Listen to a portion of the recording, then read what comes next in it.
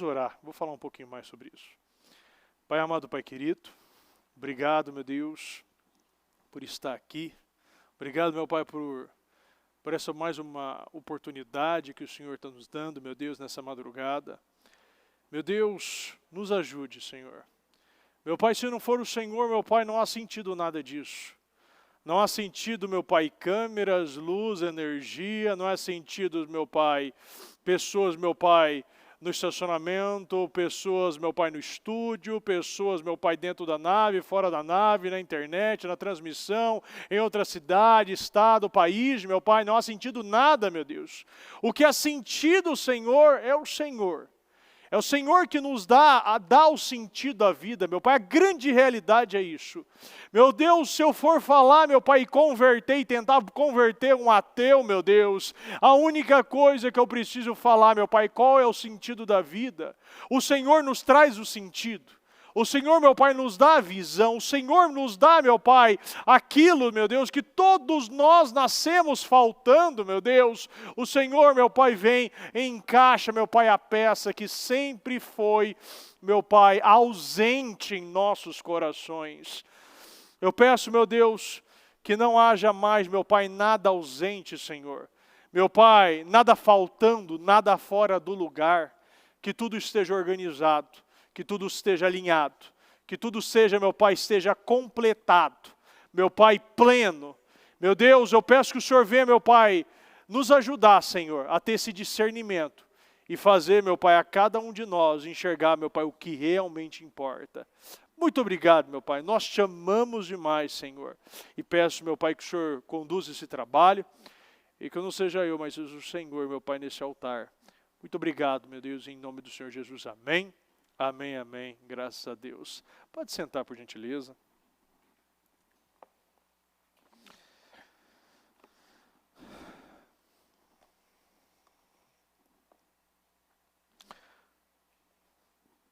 Foi liberado agora mesmo, acho que foi uma hora atrás, o programa da Bispa. E eu já estava vendo ele, inclusive, agora. E um dos versículos que ela falou é sobre o Romanos 8, 28. E eu vejo que ele cabe plenamente na palavra que eu estou trazendo para essa madrugada.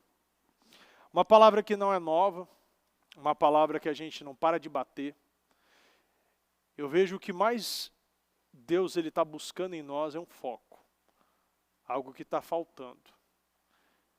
Às vezes as coisas menores se tornam as maiores. As coisas menos insignificantes, as mais insignificantes se tornam as mais importantes. Romanos 8, 28. Sabemos que Deus age em todas as coisas para o bem daqueles que o amam. Deus ele está agindo em todas as coisas. Na nossa vida tem muitas coisas. E se eu te perguntar, o que você tem na tua vida? Você vai falar, bispo, eu tenho um casamento, bispo, eu tenho uma família, eu tenho um trabalho, eu tenho emprego, eu tenho uma saúde, eu tenho emocional. Bispo, eu tenho um carro ali, muitas vezes não é tão novo, outros falam, não, bispo, eu tenho um carro novo, eu tenho uma moto. Você pode falar, bispo, eu tenho uma conta bancária gorda, eu tenho um financeiro, um casamento, uma saúde, um espiritual, um mental, um profissional. O Senhor age em todas as coisas, e é isso que eu gosto muito de uma das características de Deus. Não há lugar que Ele não mexe. Porque para você pode doer o financeiro, mas para mim pode doer meu casamento. Para você pode doer a sua saúde, mas para mim pode ser a saúde do meu filho. E o Senhor vai agir em todas as coisas para o bem daqueles que o amam. Se você ama a Deus, você vai entender que isso é amor. Você vai entender que isso não é ódio. Deus é puro amor. Quando você pega o diabo, simplesmente não é o mal, aquilo que é ruim, mas sim a ausência do que é bom. Você pega o escuro, não é que existe um padrão escuro, não, simplesmente a ausência de luz, a mesma coisa o frio, a ausência de calor. Todos que foram chamados de acordo com o seu propósito. cada um tem um propósito, faz parte de algo. E o bacana disso é que isso fala de um propósito e fala também de um foco. Quando nós temos um foco, nós entendemos nosso propósito. E tem coisas que não é para nós. Tem roupa que não é para o cristão. Tem lugares, tem amizades. Tudo chega a um limite. Você estabelece um lugar. Tem coisas que não é para você e ponto. Mas tem pessoas que estão mais ligadas que não tem do que tem. Está mais ligado em ser ingrato do que grato. Está buscando mais ser cego do que ter visão. E a gente não foi chamado para viver assim. Meu Deus, a bispa está falando todo dia de foco. Todo dia, todo dia.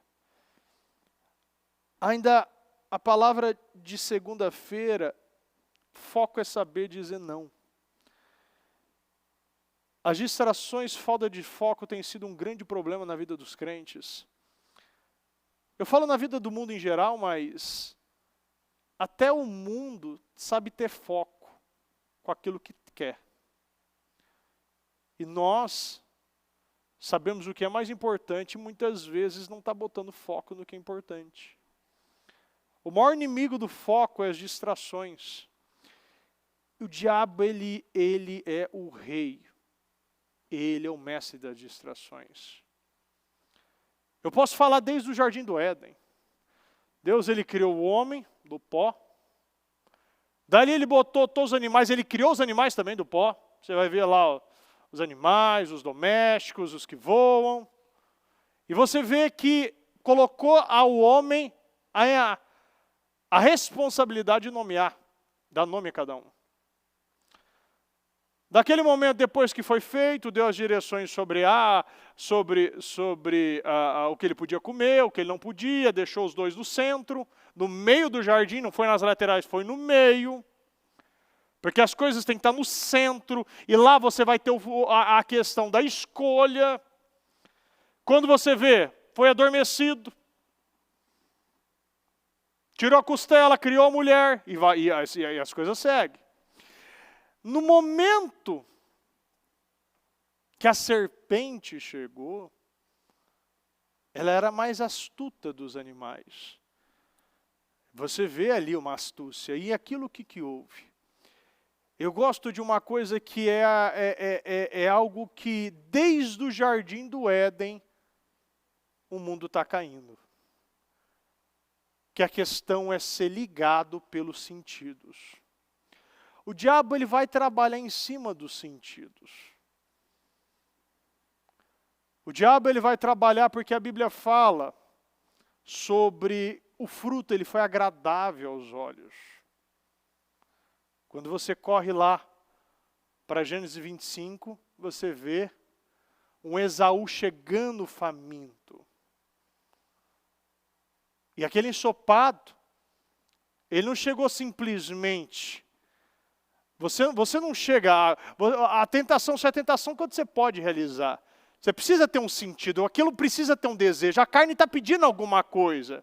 O que a gente está respondendo à nossa carne quando ela nos pede algo? Você tem 1 milhão de infinidades de fruto no Jardim do Éden.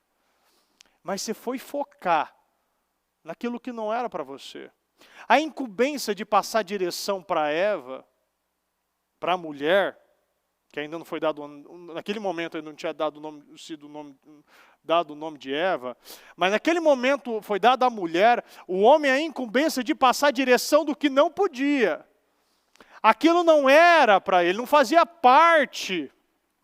Tem coisa que não faz parte, mas isso vem de foco. É de você ouvir a Deus. A gente precisa ouvir a Deus, entender que tem coisas que não é para mim.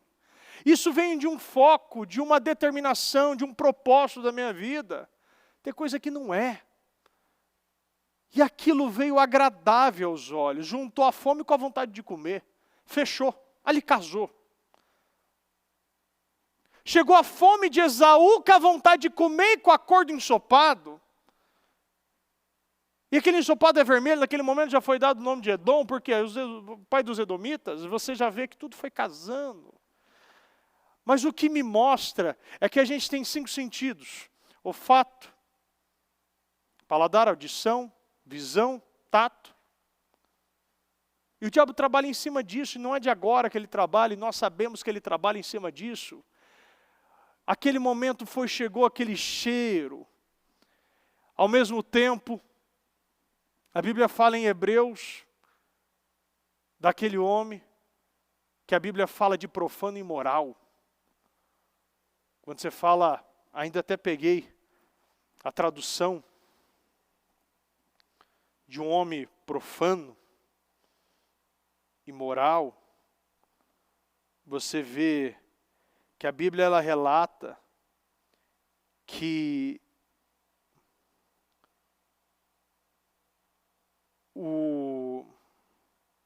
cadê a tradução aqui, Jesus amado?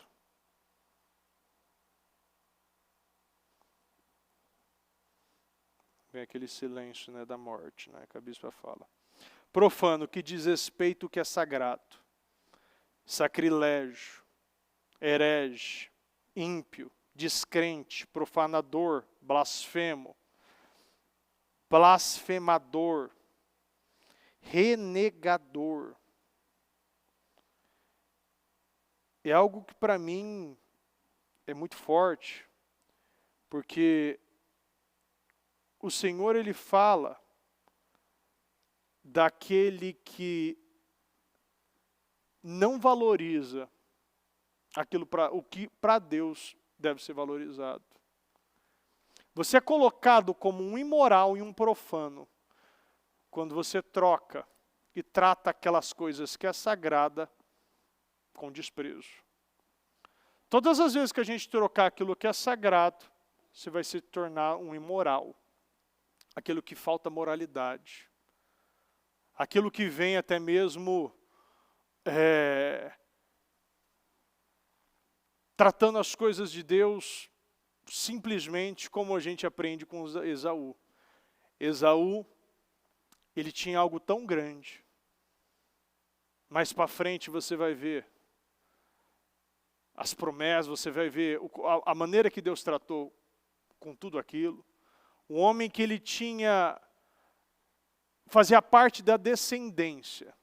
Toda a descendência dele seria como as estrelas do céu, como os grãos de areia da praia. É algo tão grande. E a Bíblia fala sobre isso. Aqui em Gênesis 25. Vamos ler aqui. Certa vez, quando Jacó preparava um ensopado, Esaú chegou faminto, voltando do campo. Pediu-lhe, dê-me um pouco desse ensopado vermelho. Estou faminto. Até o momento, não é um problema você sentir o desejo. Todos nós temos desejos. Não é um problema você olhar, às vezes, desejar ali querer um carro vermelho, querer fazer uma viagem, às vezes, não sei, para algum lugar. Todos nós temos desejos. O problema é quando você recebe esse desejo e a tua carne deseja algo e você não tem nada para rebater aquilo. O problema é que quando não tem frio, porque o problema, quando a gente vê algo, é muito importante a gente entender sobre Esaú e Jacó. Porque já começa no início, agora não está aqui, mas se puxar, acho que no 27 ou 28, você fala de Isaac amou Esaú. Já começa pelo pai ali. O pai também tinha um defeito no caráter, porque o pai não tinha um discernimento nenhum para enxergar. Que às vezes a pessoa ela pode ter muitos talentos, mas ao mesmo tempo que é um homem do campo, um homem selvagem, um caçador também é um disciplinado. E você pega Jacó, um homem mais quieto, um homem mais focado, mais disciplinado. Mas os dois tinham defeitos no caráter, mas a questão é que Deus não está falando do defeito aqui do caráter. Deus não está falando se você é pecador ou não, se sua carne tem desejos ou não. Deus ele quer saber se você realmente respeita e enxerga as coisas espirituais como elas devem ser enxergadas. Porque um homem com um defeito no caráter como Jacó, soube valorizar a primogenitura. E Esaú, olha o nível que estava, de não enxergar uma coisa tão básica. A gente está falando de uma refeição. Quantas vezes as pessoas estão trocando? E eu falo, e a Bíblia mostra que ela nos traz uma mensagem muito forte, porque a refeição você come agora, daqui 3, 4 horas você tem fome de novo. Eu troco o direito da primogenitura por uma mansão. Eu troco o direito da primogenitura por 50 mil hectares, por 1000 cabeças de boi. Eu troco por 1000 mulheres. É por uma refeição. Será que foi a primeira vez que ele tinha chegado faminto do campo? A questão é que tem pessoas que não precisam forçar muito para vender o que é importante. Tem pessoas que vivem um relacionamento com Deus tão raso, que qualquer festa de aniversário, que qualquer viagem, que qualquer sorteio não sei de onde, que qualquer reunião, bendita reunião de condomínio, quem já sabe a reunião de condomínio sabe como é chata isso aqui. Qualquer coisa está perdendo culto, está perdendo jejum, qualquer continha extra, qualquer coisa que sai do padrão básico dele, já parou de dizimar, porque isso não é tão importante assim. Já não vê mais na igreja, já esquece a madrugada, Casa Firme parou, né, 7h30, ou melhor, nem existe mais Casa Firme. É você vender as coisas importantes de Deus e Deus está te chamando, você é um profano e um imoral. Porque você sabe que é importante. Você sabe que é de você que sairá a próxima descendência. Se vir de cabeça uma pessoa, se está vindo da cabeça uma pessoa que não respeita as coisas espirituais, você acha que o teu filho vai respeitar? Você acha que teus netos vão respeitar? Será que alguém está te respeitando? Será que Deus está olhando você e está enxergando? Olha, realmente ele é diferenciado, ou simplesmente ele é pior que os outros. Porque ele sabe o que deve fazer e não faz. Sabe como deve se comportar e não se comporta. Sabe que deve andar na verdade, mas anda na mentira. Sabe que não deve vaguear por 2 caminhos, porque só tem um. Não, está indo para a direita e para a esquerda. Esaú ele vem para nos lembrar que nós podemos estar vendendo, entregando tudo aquilo que Deus respeita tanto por coisas que vão passar em horas. Um alimento que daqui a pouco, com toda a ética, né, pudor eu falo do mundo, mas uma comida que vai virar fezes daqui a pouco. E parece que é forte porque realmente é quando a gente fala. Mas se a gente não acordar, a gente vai viver uma vida vendendo coisas tão importantes e está parado na vida. E muito pelo contrário, quando você está parado, você está voltando.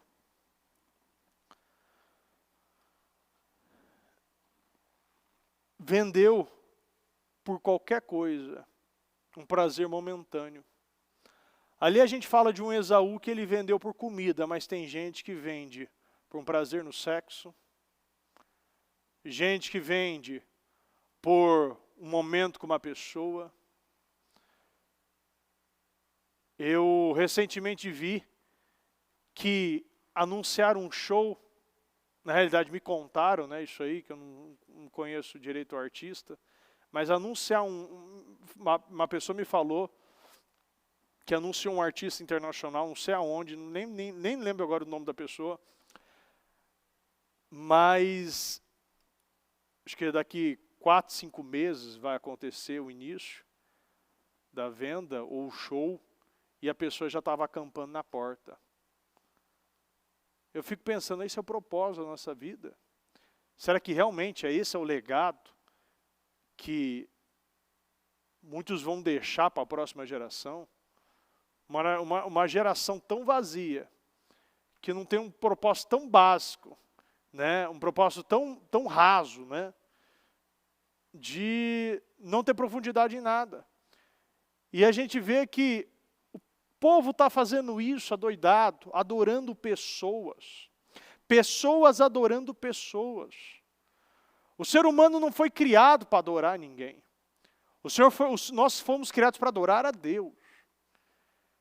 E você vê que é tão verdade isso, que uma grande maioria de artistas, cantores, recebe um nível de adoração tão grande, de endeusamento, que a grande parte não aguenta e se suicida. Encontra morto num banheiro de um hotel, drogado. Tinha uma época que estava morrendo adoidado, e tudo morrendo por volta de 30 anos. Respondeu-lhe Jacó: venda-me o primeiro o seu direito de filho mais velho. Disse Esaú: estou quase morrendo. De que mais vale esse direito? De que me vale esse direito? Nós temos aqui no ministério, com tanto respeito com as coisas de Deus, com as coisas básicas, desde de uma luz acesa, um papel higiênico, a um trabalho realizado, a um culto realizado aqui. E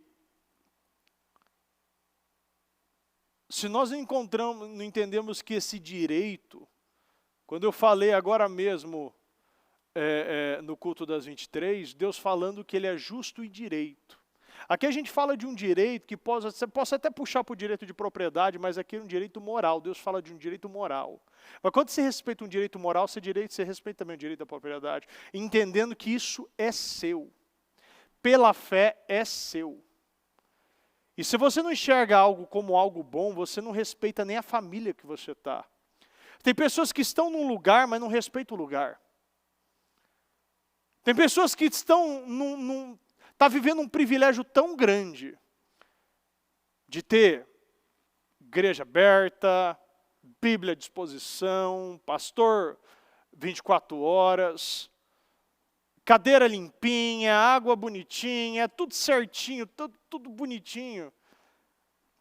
Mas fala dessa maneira: o que me vale esse direito? Eu quero curtir, eu preciso de um prazer momentâneo, eu preciso fazer alguma coisa que a minha carne está pedindo, ela está pedindo, eu preciso entregar o que ela está pedindo.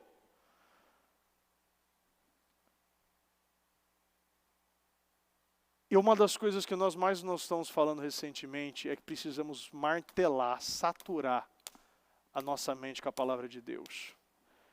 Tem coisa que vai vir mesmo para tentar tomar a nossa mente, que quer nos levar para um outro lugar.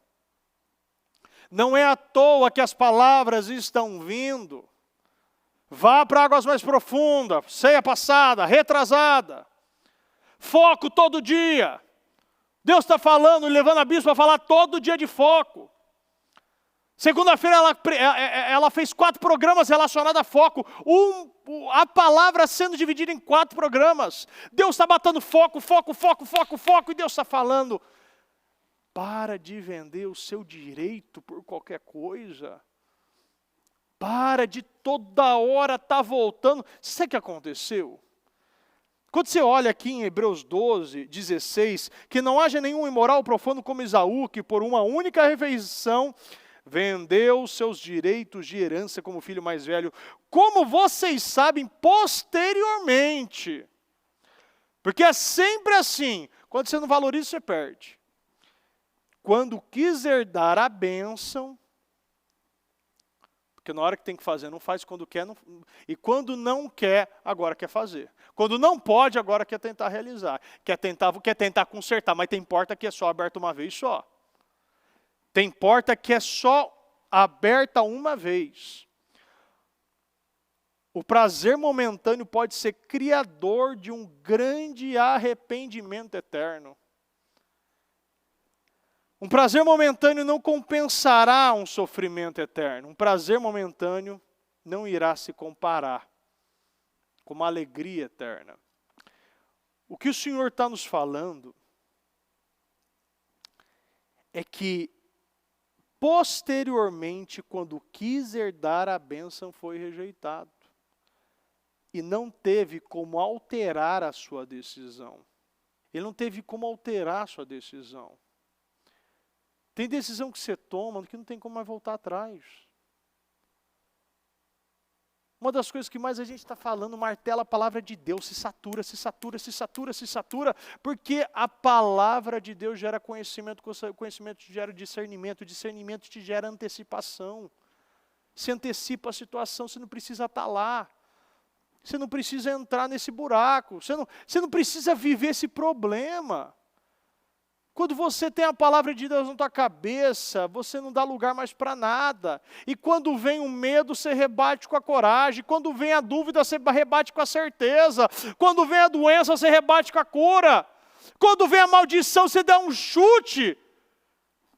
E puxa a bênção para a tua vida. Por quê? Porque você não vai viver fora do tempo. Você está sincronizado com Deus. É o momento da decisão, é agora. Eu não vou vender. A minha carne quer. A tua carne vai querer sempre o pecado. A tua carne ela vai querer que você minta, que você engane, que você traia sua esposa, traia seu marido. A tua carne vai querer que você não dizime oferta, que vai falar que vai faltar na tua cabeça. Vai falar que você não deve ser uma coluna, um gerente, um provedor no ministério. A tua carne vai falar tudo. Tudo o que a nossa carne literalmente quer ouvir. Mas o nosso espírito, ele sabe rebater, ele deveria pelo menos saber. Porque aqui, quando foi rejeitado, não teve como alterar sua decisão, embora buscasse a bênção com lágrimas. Quantos estão buscando as oportunidades? Sabe que deveria ter agido direito em 2020, 21, 22, e está aí. O problema é que se a gente não tem algo muito forte dentro de nós, a gente inicia um propósito e a gente vai parando. Isso vai começar agora. Você pode escrever. Infelizmente, uma realidade. Não é realidade não é só na igreja, não. É uma realidade em faculdade. Você olha a faculdade. Quando eu comecei acho que já dá uns 10 anos atrás, eu finalizei não acho que não dá tudo isso não, faz 8 anos atrás que eu finalizei minha faculdade de Direito. Comecei ali, acho que tinha uns 60 na sala, uns 50 na sala. Quando acabou, acho que tinha 10. E sempre vai ser assim. Quando eu comecei a fazer o curso de brevet para tirar a carteira, a habilitação para o avião, começou uns 30. Quando acabou tinha 3. Tinha 3 ou 4. E um dos maiores problemas da minha vida foi a indisciplina na questão de terminar as coisas. E uma dificuldade para terminar.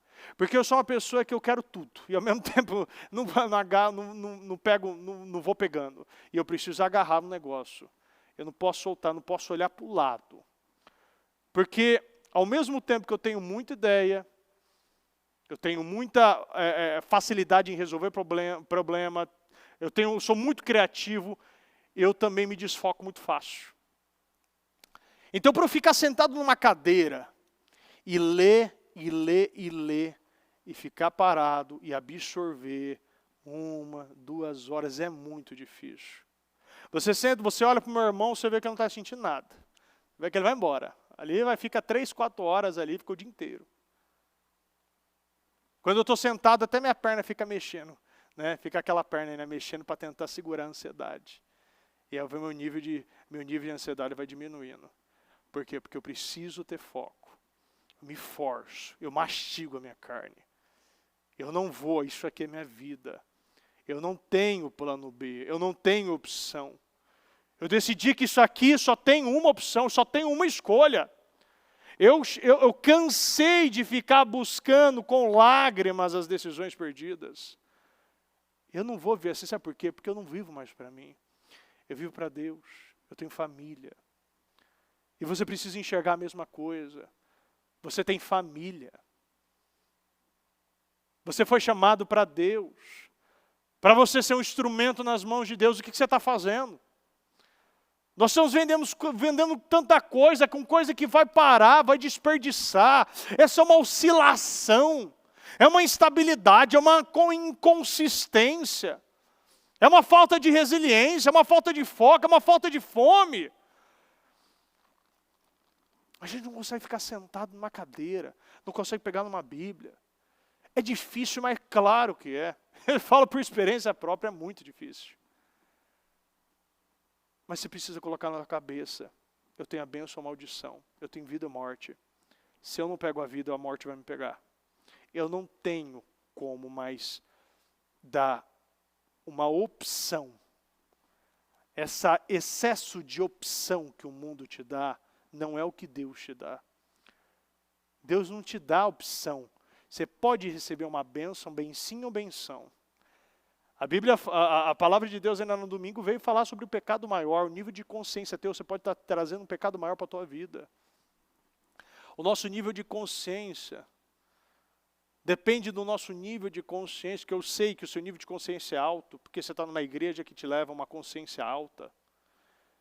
Uma igreja que afasta a ignorância e foca na palavra, na verdade, porque é isso aqui que vai te libertar. É isso aqui que vai estabelecer coisas na sua vida. A palavra de Deus que vai te levar para outro nível. Ela que vai te preencher, ela que vai te curar, ela que vai te dar as ferramentas certas, ela que vai te dar a armadura que você precisa.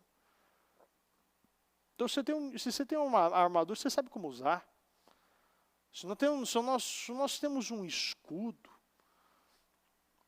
o escudo da fé, ele vai rebater as mentiras. Se você tem a espada, você sabe como utilizar. A espada, ela serve para dividir coisas na nossa vida. E dividir, quando você fala da espada, você vê, a espada ela entra como, vai dividir a alma do espírito, medula dos ossos, algo que ela entra profunda, ela precisa atravessar. Não adianta fazer um cortezinho. Você precisa mastigar a sua carne, nós precisamos entender isso aqui. O nível de consciência. O prazer que a nossa carne vai colocar, ela sempre vai enxergar e vai te dar as melhores opções. Quando Davi não foi para a guerra, quando ele não estava no lugar certo, ele fez o que era errado. Aquele momento, quando ele viu Betseba, ele tinha uma consciência, meu Deus do céu, era Davi, homem segundo o coração de Deus, ele foi escolhido por Deus. Porque o coração dele era um coração que agradava a Deus. Mas naquele momento, os olhos dele foi tomado por uma tentação que aquilo apagou, sumiu o que era verdade. Ali ele foi tomado pela tentação. E tem coisa como a palavra de Deus ensina, fuja da aparência do mal, não está falando para você orar. É para você fugir mesmo, porque tem hora que você fica cego. E você não pode dar lugar ao mal. Você viu, você vira. Você está com fome, você não vai comer. Você sabe que Esaú, se fosse realmente, ele viu que na hora ele até pediu, me dê um pouco desse ensopado que eu estou faminto.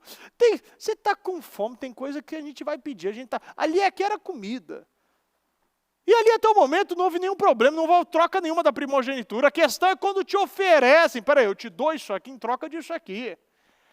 E eu vou pegar sempre o que é mais importante para você, mas eu estou vendo o que é importante que você não está vendo.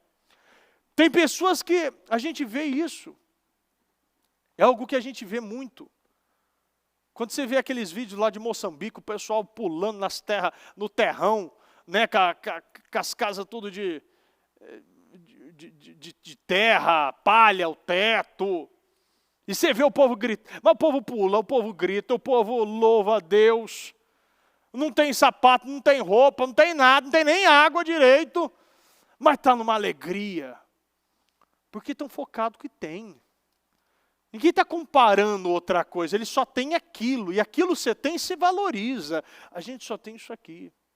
Nós só temos uma vida, nós só temos uma oportunidade. E às vezes a palavra é para você, que não é a primeira vez que chega. Não a primeira vez, mas eu espero que seja a última. E que venha, você precisa receber essa palavra como uma última oportunidade que Deus pode estar falando para você hoje. Chega de vender a sua primogenitura. Chega de trocar o que é importante por algo banal. Quantas vezes a gente já ficou sem fazer uma refeição por dia? Quem já ficou sem fazer uma refeição por dia? Passou uma refeição. Você nem viu, você está trabalhando, passou essa refeição. Quem já ficou 2? Quem já ficou 3? Quem já ficou o dia inteiro sem comer?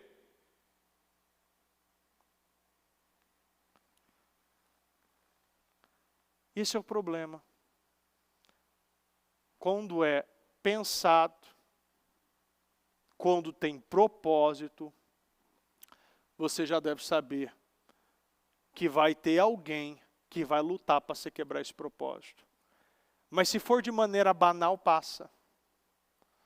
Quando a gente tem um objetivo na nossa vida, o diabo quer tirar o nosso objetivo, o diabo quer nos distrair. O diabo quer roubar o que é mais importante para Deus, é o foco. Deus quer que você tenha foco nele.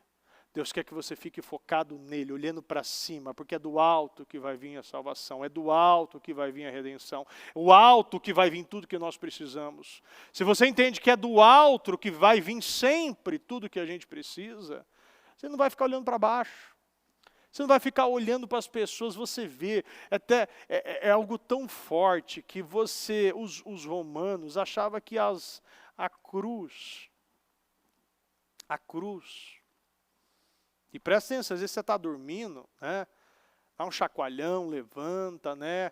Dá um tapa na cara, assim, para ver se acorda. Mas os romanos acreditavam que a cruz naquele momento era uma forma de castigo. Mas quando você pega a cruz e você tira a primeira madeira vertical, você vê que só tem horizontal, é um sinal de menos. É para mostrar esse cruzamento entre aquilo que Deus ele chega para nos dar com aquilo que nós nascemos. Você vê que o menos é um sinal negativo, porque nós nascemos faltando algo. O Senhor chega de cima, Ele faz o cruzamento e vira um sinal de mais, soma. E aquilo vem para nos acrescentar algo que nós não tínhamos. Dependendo da forma que você olha, você vira um sinal de multiplicação e você vai lá para Pedro. O que Pedro falou? Que a graça seja multiplicada em vós. E Deus nos entrega uma multiplicação e aquilo que a gente era difícil de fazer, agora a gente faz com o pé nas costas. Aquilo que era impossível agora se torna possível e ainda leva os outros. A sede que eu tinha agora eu viro uma fonte. A doença que eu tiro agora eu entro no hospital e faço paralítico andar, tiro os outros da cama. E nós entendemos realmente o sentido das coisas, porque o Senhor ele veio para rasgar o véu. E todos nós nascemos sempre com de maneira negativa, faltando algo que nunca vai ser preenchido com nada. O mundo está buscando preencher com tudo. O mundo quer que você se preencha com tudo.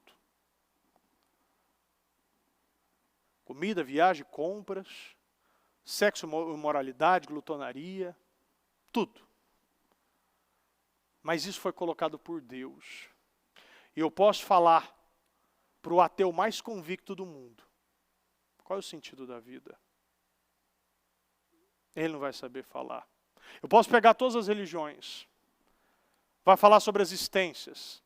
Vai falar sobre coisas da nossa vida. Você pode pegar todas, inclusive o Islã. Você vai pegar tudo, ou te oferece coisas materiais.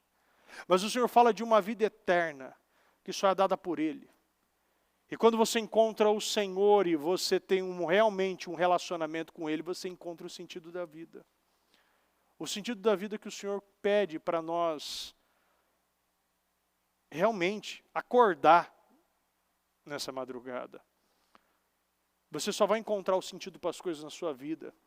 Você só vai parar de ficar se distraindo com besteira quando você encontrar o sentido de Deus na sua vida.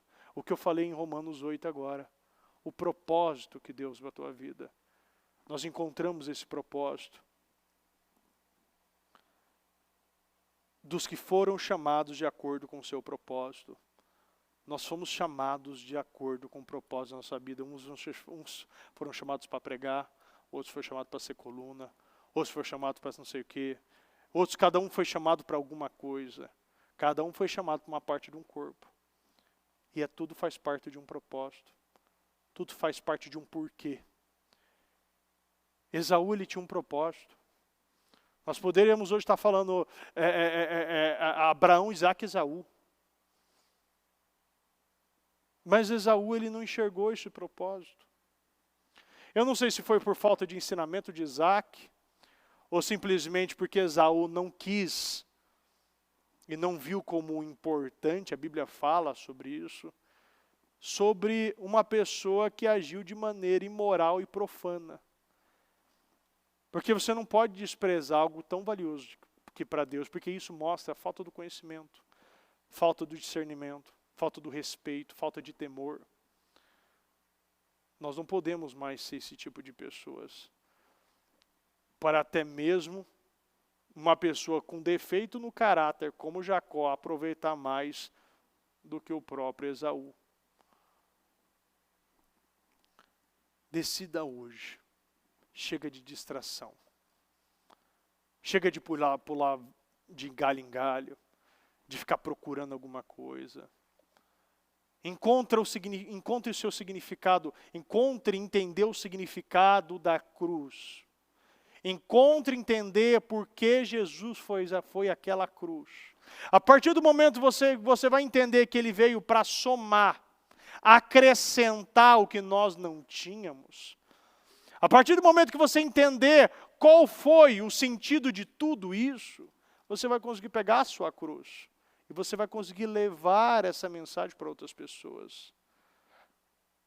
É como eu ainda falei um dia, né, acho que foi na semana passada, ou retrasada, que uma menininha que daquele tempo que houve aquele tsunami, ela tinha aprendido na sala de aula sobre a questão como se comportava as ondas antes de um tsunami. E acho que até saiu essa história aí por aí. E naquele momento, quando todo o mar recuou, ela lembrou daquilo. E aquilo trouxe um apavoro para ela. Ela começou a gritar na praia. Que ia haver um tsunami. Foi gritando. E as pessoas foram... Muitos ouviram e muitos seguiram, né? Deram ouvidos àquela menininha. Porque aquilo queimava dentro dela. Era uma verdade para ela.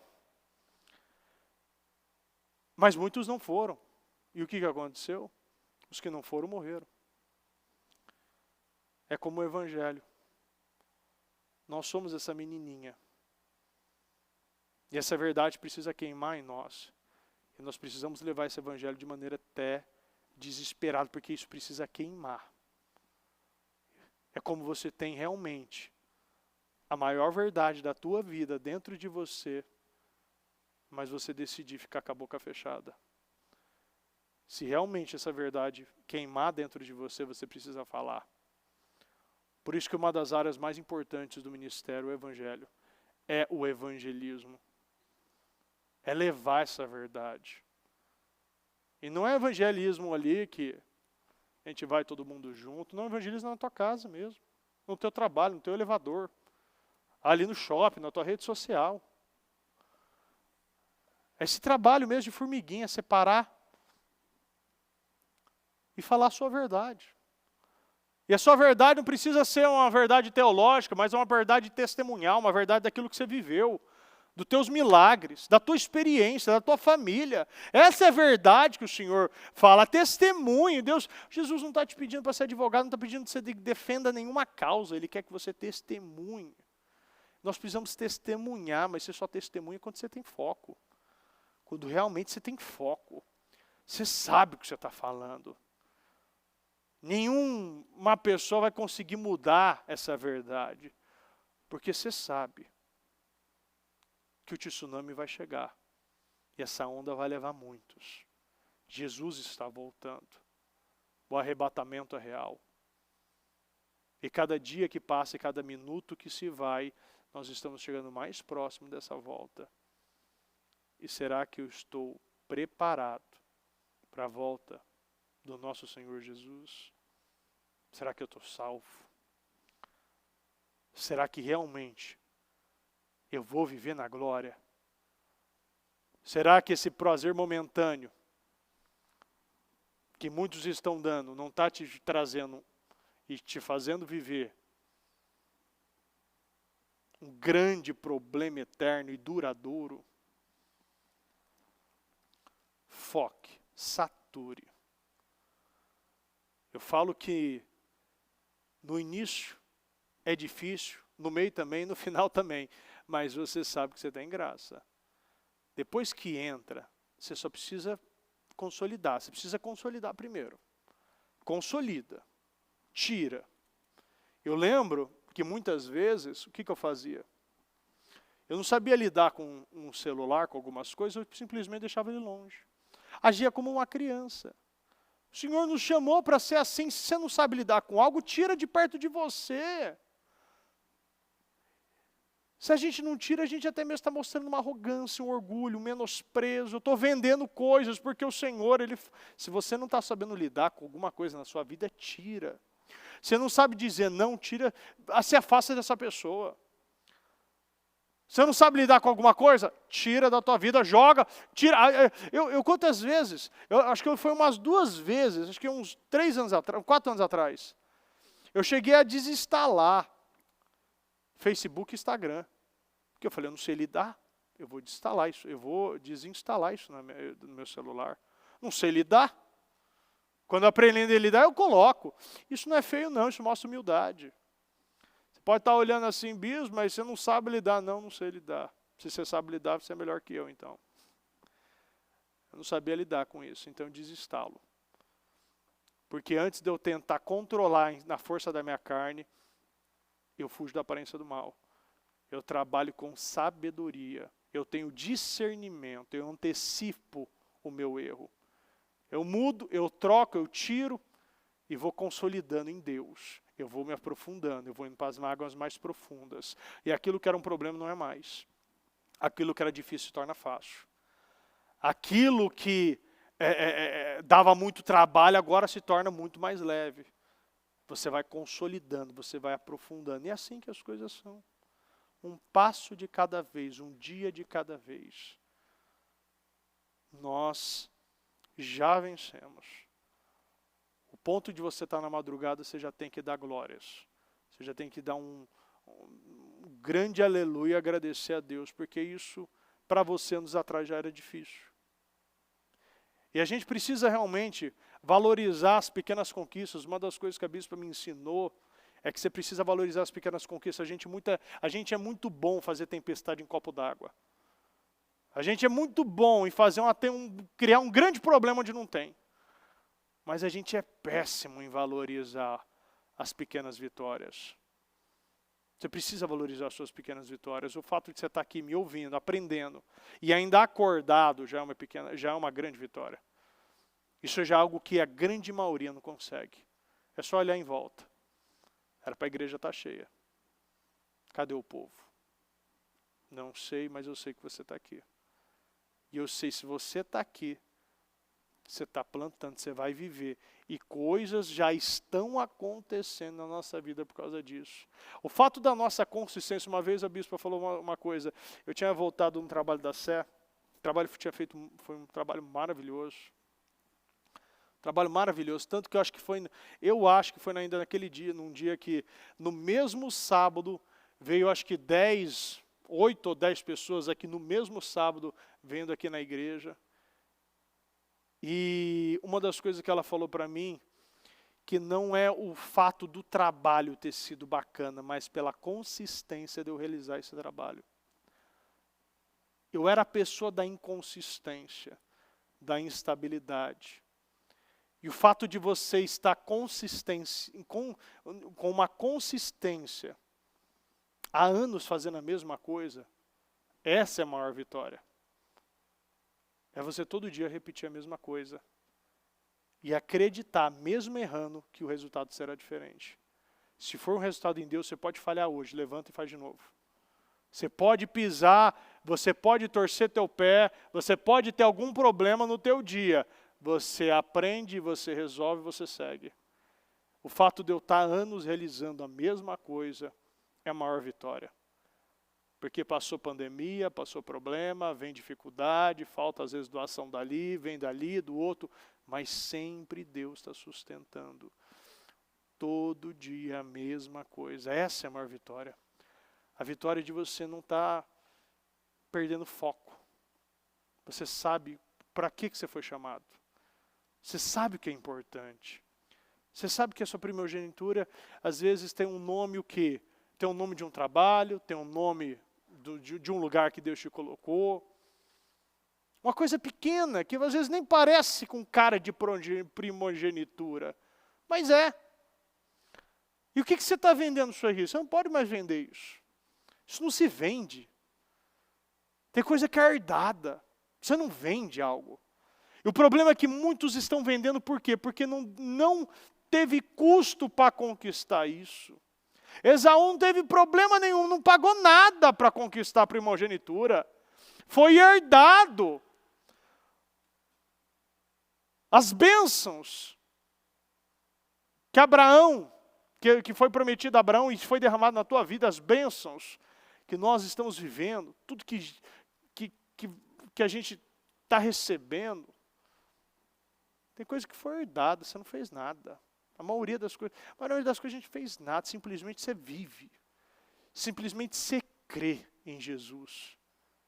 E você é salvo. A salvação não é porque você foi um bom filântropo.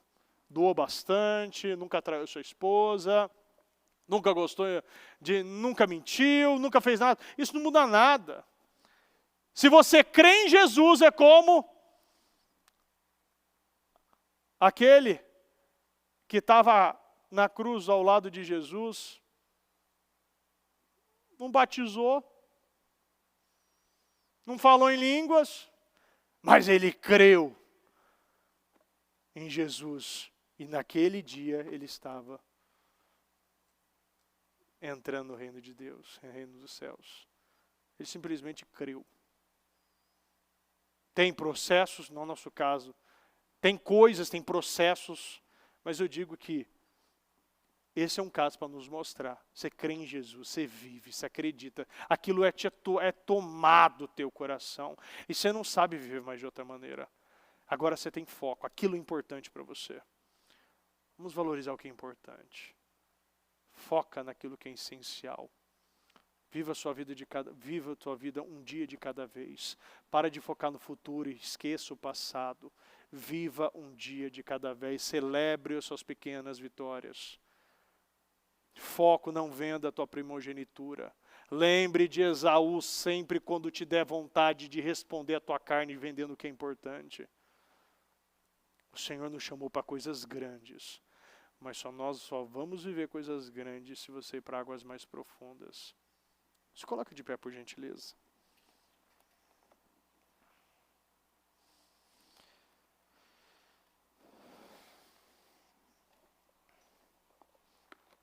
Feche seus olhos, vamos falar com Deus. Nesse momento, eu quero que você peça para o Espírito Santo te revelar qual é a área que você ainda está caindo. O que você está vendendo? Quais os direitos que você está vendendo por coisas banais? O que realmente nós estamos nos distraindo?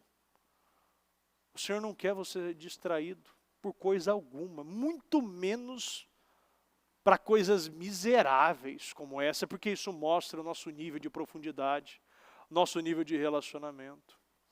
O Senhor não quer que você tenha um relacionamento raso, um relacionamento que qualquer prato de lentilhas te leva a amargos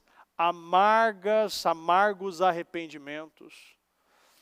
Esaú tentou voltar atrás, e a Bíblia fala que ele buscou com lágrimas, mas não teve uma segunda chance. Saiba que Deus pode estar falando para você hoje. essa é a sua última chance. Acabou. Nós não podemos mais brincar com o nosso direito.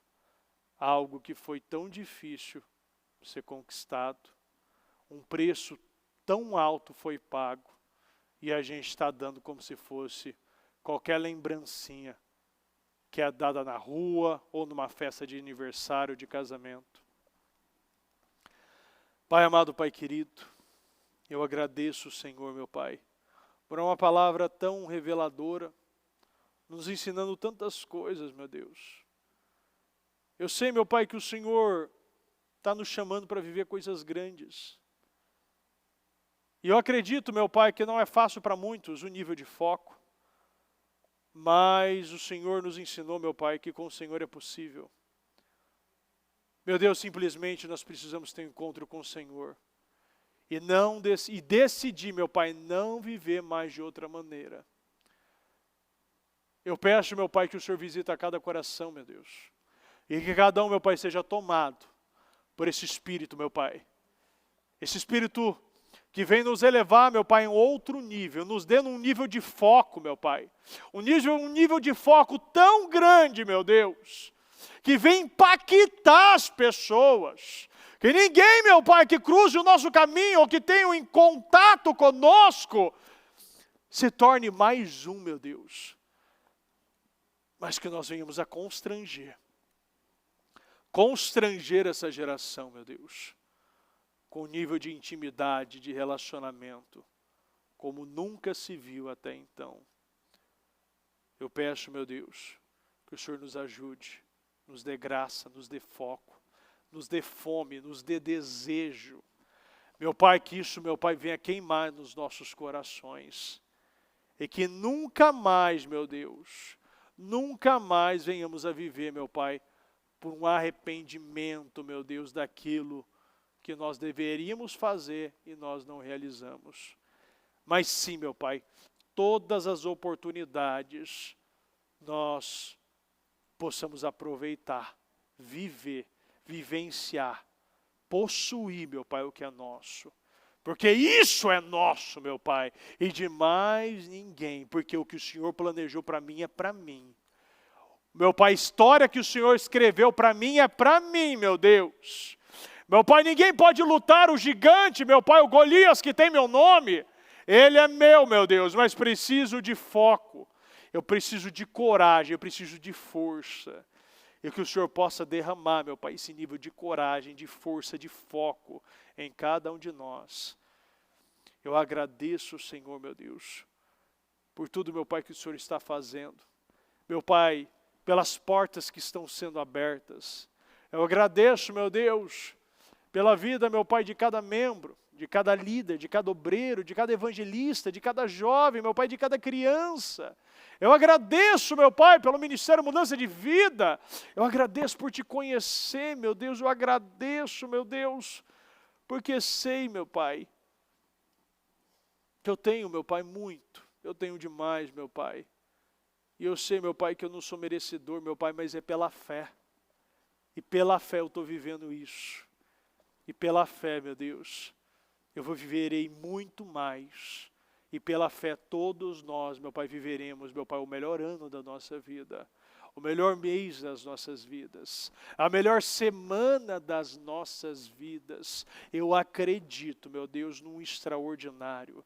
Viver, meu Pai, coisas inéditas. Pisar, meu Pai, em lugares, meu Pai, que nunca pisamos. Meu Pai, viver experiências, meu Pai, que nós nunca experimentamos. Tocar, meu Pai, em coisas que nunca tocamos, meu Pai. Testemunhar testemunhos que nunca testemunhamos, meu Deus. Eu creio nisso.